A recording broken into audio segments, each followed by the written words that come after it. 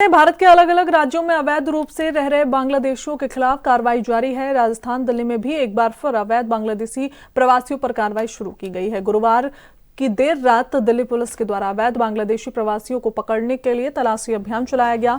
Delhi police ने घर घर जाकर लोगों से पूछताछ की। इस पर जानकारी देते हुए पश्चिमी दिल्ली के डीसीपी विचित्रवीर ने कहा कि रात के समय अभियान चलाने का उद्देश्य ये है कि दिन के समय लोग काम पर चले जाते हैं, रात को परिवार के सब लोग घर पर ही मिलते हैं, जिससे सत्यापन में आसानी होती है। हमने अब तक हजारों घरों का सत्यापन किया है।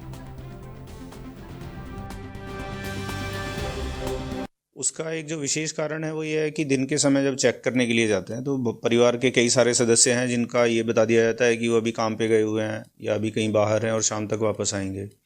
तो रात के समय पे विशेष तौर पे अभियान चलाने का मकसद ये है कि परिवार के जितने भी सदस्य हैं वो सभी वहीं पर मिलें और उनका वेरिफिकेशन प्रॉपर्ली करवाया जा सके।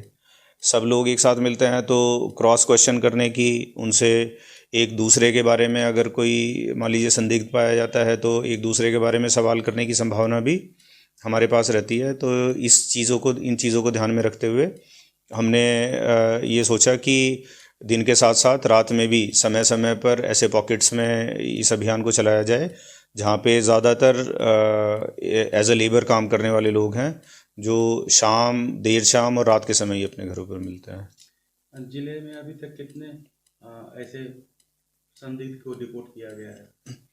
संदिग्ध देखिए, हाउस होल्ड्स की अगर बात करें तो हज़ारों में हमने हाउस होल्ड्स अभी तक वेरीफाई किए हैं और एक तरह से सैकड़ों में संदिग्ध हमें मिले जहाँ के भी वो बेसिकली रहने वाले थे, जहाँ के आधार कार्ड या डॉक्यूमेंट्स उन्होंने बताया, वहाँ पर टीम्स हमने डिस्पैच करके उनको वेरीफाई करवाया है। अब तक 10 बांग्लादेशी हैं जिनके डिपोर्टेशन का प्रोसेस वेस्ट दिल्ली से हमने शुरू कर दिया है।